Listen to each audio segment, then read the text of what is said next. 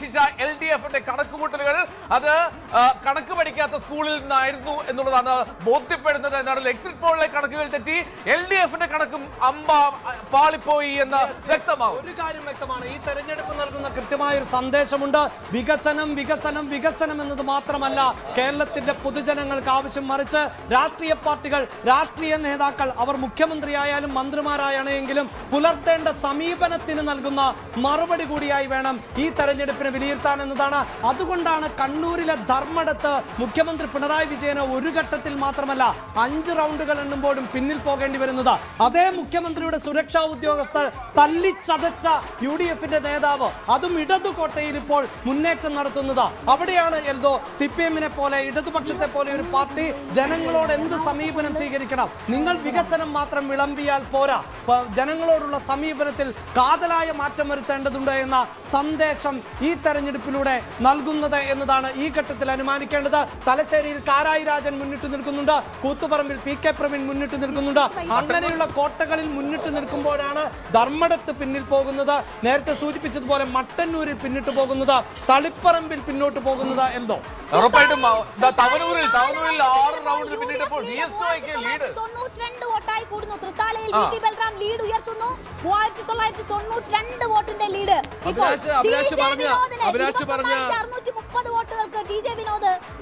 അഭിലാഷ് പറഞ്ഞ AD തോമസിന്റെ കാര്യത്തോട് കൂട്ടിച്ചേർക്കാറുണ്ട്. കാരണം വീട്ടിൽ പോയി ഇരിക്കുകയാണെന്ന് പത്തനംതിട്ടയിൽ പോയി പിണറായി പറഞ്ഞപ്പോ പിണറായിയോട് ആ വീട്ടിൽ പോയിരിക്കുന്നത് ജനം പറയുകയാണ്. രണ്ടാമത് AD തോമസിനെ കൊണ്ട തല്ല് കേരളത്തിലെ അമ്മ മനസ്സുകളെ നോവിച്ച് ചെറുതൊന്നുമല്ല, ചെടിച്ചട്ടി കൊണ്ടാണ് ആ ചെറുപ്പക്കാരുടെ തലക്കടിച്ചത്.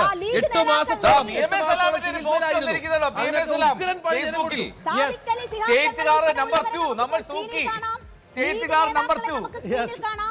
കുഞ്ഞാലിക്കുട്ടി ഉൾപ്പെടെയുള്ളവർ സംസാരിക്കുമോ എന്ന് അറിയില്ല. എന്തായാലും അവരും വിജയാഹ്ലാദത്തിൽ പങ്കെടുക്കുകയാണ്, അതിൽ പങ്കുചേരുകയാണ്. അവരും വലിയ സന്തോഷത്തിൽ തന്നെയാണ്. 42 സീറ്റിലേക്ക് LDF ചുരുങ്ങുന്നു, 41ലേക്ക് ചുരുങ്ങുന്നു, UDF 95ലേക്ക് എത്തുന്നു. ഒരു കാര്യം കൂടി, തമിഴ്നാട്ടിൽ വലിയ അത്ഭുതമാണ് വിജയ് കാണിക്കുന്നത്. പശ്ചിമ ബംഗാളിൽ BJP കേവലം ഒരു സാഹചര്യം ഉണ്ടാകുന്നു. അസമിലും പുതുച്ചേരിയിലും BJP തുടർ ഭരണം ഉറപ്പിക്കുന്നു. അങ്ങനെ മറ്റ് സംസ്ഥാനങ്ങളിലെ സാഹചര്യങ്ങൾ കൂടി നോക്കിയാൽ വളരെ വ്യത്യസ്തമാണ്. തുടർ ഭരണം പ്രതീക്ഷിച്ച MK സ്റ്റാലിനും ഒപ്പം തന്നെ കേരള മുഖ്യമന്ത്രി പിണറായി വിജയനും പശ്ചിമ ബംഗാൾ മുഖ്യമന്ത്രി മമതാ ബാനർജിക്കും കനത്ത തിരിച്ചടിയാണ് ഈ തെരഞ്ഞെടുപ്പ് നൽകുന്നത്. പച്ചലഡുമായി ലീഗിന്റെ ആഘോഷമാണ് വേണ്ടത്. ഇതിനിടയിൽ വാമനപുരം തിരുവനന്തപുരത്ത് LDF-ന്റെ പ്രധാനപ്പെട്ട കോട്ടയായിരുന്ന DK മുരളിയെ വളരെയധികം പിന്നിലാക്കിക്കൊണ്ട്, അതായത് 7ാം റൗണ്ട് എണ്ണിക്കഴിഞ്ഞപ്പോൾ UDF-ന്റെ സ്ഥാനാർത്ഥിയായിട്ടുള്ള സുധീർ ഷാ പാലോട് 5538 വോട്ട് റൗണ്ടുകൾ പിന്നിട്ട് കഴിഞ്ഞു എന്ന് പറയാം. എന്ത് തന്നെയാണെങ്കിലും ഇതൊരു സന്ദേശമാണ്, ഇതൊരു നിശബ്ദ തരംഗമായിരുന്നു കേരളത്തിലുണ്ടായിരുന്നത്. അത് അങ്ങേയറ്റം ഭരണവിരുദ്ധ തരംഗമായിരുന്നു, ഇടതുവിരുദ്ധ തരംഗമായിരുന്നു, പിണറായി വിരുദ്ധ തരംഗമായിരുന്നു എന്നതാണ് ഈ വോട്ടെടുപ്പിൽ പ്രതിഫലിക്കുന്നത് എന്നതാണ് ഇപ്പോഴത്തെ കണക്കുകൾ. ഇപ്പോഴിതാ എന്തായാലും മുസ്ലിം ലീഗ് അവർ നേരത്തെ സൂചിപ്പിച്ചതുപോലെ PMA സലാമിന്റെ പോസ്റ്റിൽ നമ്പർ 2 ആണ്. നമ്പർ 2 എന്ന് പറഞ്ഞാൽ മന്ത്രിസഭയിലെ മുഖ്യമന്ത്രി കഴിഞ്ഞാൽ ഉപമുഖ്യമന്ത്രിയാണോ അതെ എന്നത് സംശയിക്കണം, ആയിരിക്കുന്നതാണോ ഉപമുഖ്യമന്ത്രി എന്നത് നമുക്ക് ദൃശ്യങ്ങളിൽ സംശയിക്കണം. അങ്ങനെയെങ്കിൽ PK കുഞ്ഞാലിക്കുട്ടി അല്ലാതെ മറ്റൊരു ഉപമുഖ്യമന്ത്രി കേരളത്തിൽ ഉണ്ടാകാൻ സാധ്യതയില്ല.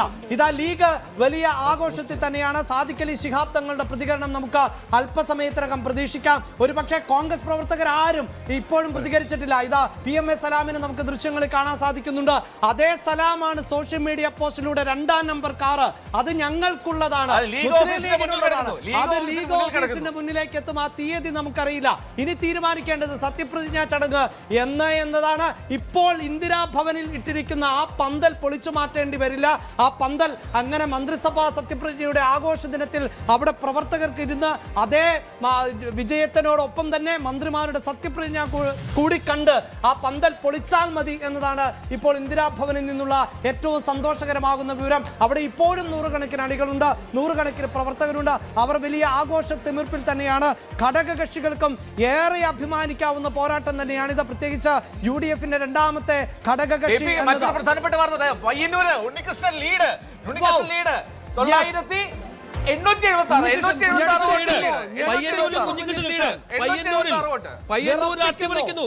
അട്ടിമറിയിലേക്ക് കുഞ്ഞിക്കൃഷ്ണൻ ലീഡ്, പയ്യന്നൂരിൽ കുഞ്ഞിക്കൃഷ്ണൻ ലീഡ്, തളിപ്പറമ്പിൽ മധുസൂദൻ ലീഡ്. CPM-ന്റെ കോട്ടകൾ അമ്പാടെ തകരുന്നു. കണ്ണൂരിൽ പോലും കോട്ടകൾ നിൽക്കുന്നു എന്നതാണ്. ലീഡ് കുറയുന്നു, കോട്ട കൊത്തളങ്ങൾ ഇളകുന്നു. കണ്ണൂരിൽ പോലും വലിയ വലിയ അത്ഭുതങ്ങൾ സംഭവിച്ചുകൊണ്ടിരിക്കുക. അത്ര വലിയ ജനവിരുദ്ധത, ജനവിരുദ്ധ വികാരം, അത്ര വലിയ ജനവിരുദ്ധ വികാരം. അത് കൃത്യമായും CPIM-നോടുള്ള വിരുദ്ധതയായി മാറുന്നോ ഈ തെരഞ്ഞെടുപ്പിൽ എന്നതാണ് അറിയേണ്ടത്. കാരണം ഏറ്റവും കൂടുതൽ തോൽവി വാങ്ങുന്നത് CPIM സ്ഥാനാർത്ഥികളാണ് എന്നതാണ്. പലയിടത്തും CPIക്ക് മാനം കാക്കാനെങ്കിലും പറ്റുന്ന തരത്തിലുള്ള വിജയത്തിലേക്കോ അല്ലെങ്കിൽ മുന്നേറ്റത്തിലേക്കോ സാധിക്കുന്നുണ്ട്. ഒരു ഘട്ടത്തിലെങ്കിലും VD സതീശനെ പോലും രാഷ്ട്രീയ എതിരാളിയായി ടൈസന് വിറപ്പിക്കാൻ സാധിച്ചിരുന്നു എന്നത് CPIക്ക് വലിയ ആശ്വാസമാണ്. പക്ഷേ CPIM-ന് അഭിമാനിക്കാൻ ഒന്നുമില്ല. പ്രധാനപ്പെട്ട നേതാക്കളിൽ മുഹമ്മദ് റിയാസ് മാത്രമാണ് ഇപ്പോൾ മുന്നിട്ട് നിൽക്കുന്നത്.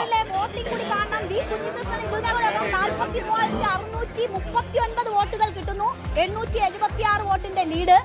TI മധുസൂദനന് കിട്ടുന്നത് 42,763 വോട്ടുകളാണ്. കഴിഞ്ഞ തവണ 40,000-ത്തിലധികം വോട്ടുകൾക്ക് ജയിച്ച ഇടത്താണ് ഈ അവസ്ഥ എന്നത് ഓർക്കണം.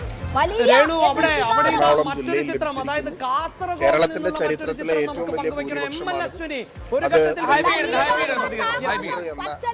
മാജിക് നമ്പറിലേക്ക് ഞങ്ങൾ എത്തിയിരിക്കുകയാണ്.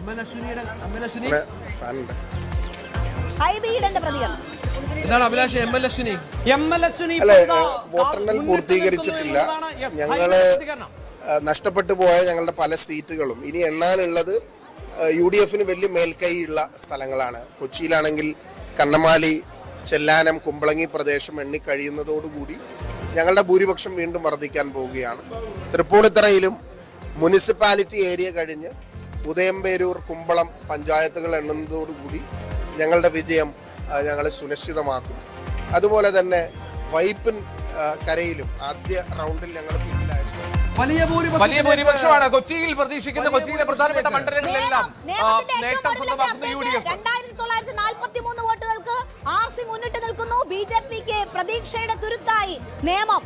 അപ്പോഴും രേണുക ഉറപ്പിക്കാനാവുന്നില്ല. കാരണം നിയമത്തിനെയും UDF-ന് മേൽക്കൈയുള്ള ഇടങ്ങളിലടക്കമാണ് വോട്ട് എണ്ണാനുള്ള. ആറാമത്തെ റൗണ്ടിലും പിണറായി വിജയൻ പിന്നിലാണ്. ആറാമത്തെ റൗണ്ടിലും 647 വോട്ടുകൾക്ക് പിണറായി വിജയൻ പിന്നിലാണ്. 647 വോട്ടുകൾക്ക് ആറാമത്തെ റൗണ്ടിലും പിണറായി വിജയൻ പിന്നിൽ. പക്ഷേ ലീഡ് കുറയുന്നു. അവിടെ എൽദോ നമ്മൾ പ്രേക്ഷകരോട് എടുത്തു പറയുന്നു. അതായത് ഇനി എണ്ണേണ്ടത് ധർമ്മടത്തെ ഇടതു കോട്ടകളിൽ തന്നെയാണ്. തീർച്ചയായും പിണറായി വിജയന് വലിയ ആധിപത്യം പുലർത്തേണ്ടതാണ്. പക്ഷേ എൽദോ ഇതിൽ എടുത്തു പറയേണ്ടത് ഈ പിണറായി വിജയന് വലിയ അപ്രമാദിത്വം ഉണ്ടാകേണ്ട ഇടങ്ങളിൽ അടക്കം അങ്ങനെ വലിയൊരു അപ്രമാദിത്വത്തിലേക്ക് പോയില്ല എന്ന് മാത്രവുമല്ല, പിണറായി വിരുദ്ധ വോട്ടുകൾ ഒന്നടങ്കം ഇപ്പോൾ അബ്ദുൾ റഷീദിന് പോൾ ചെയ്തു. ഇതാ ML അശ്വിനി 1226 വോട്ടുകൾക്ക് കാസർഗോഡ് മുന്നിട്ട് നിൽക്കുന്നു എന്നതാണ്. കാസർഗോഡ് ML അശ്വിനി. സാധാരണ കാസർഗോഡും ഇത്രയധികം റൗണ്ടുകൾ എണ്ണിയതിനു ശേഷം പിന്നീട് NDAയുടെ ഒരു മുന്നേറ്റം നമ്മൾ കാണും. കൂടുതൽ വാർത്തകൾക്ക് News 18 Keralam YouTube channel subscribe ചെയ്യുക.